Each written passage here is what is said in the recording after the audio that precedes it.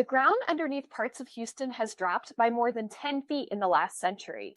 Not from an earthquake, not from a disaster that anyone declared, slowly and quietly from water being pumped out of the aquifer that's beneath the city.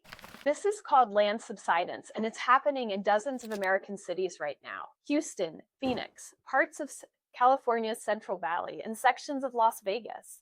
We can measure it from space using radar satellites that detect shifts of just a few millimeters per year.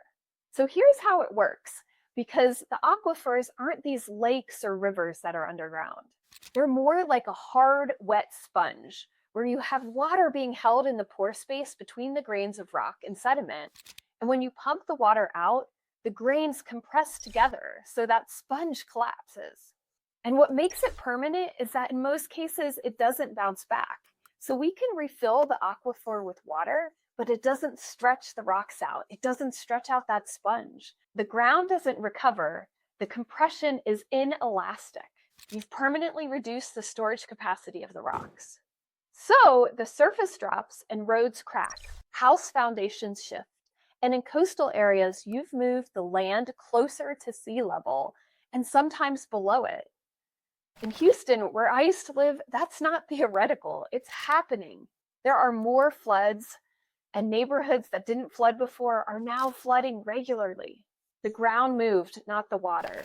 And this has been measured, documented, published, and in most of the affected areas, extraction continues. So here's the thing about geology. It doesn't negotiate with us.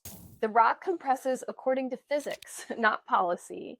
And the land that's already gone is gone.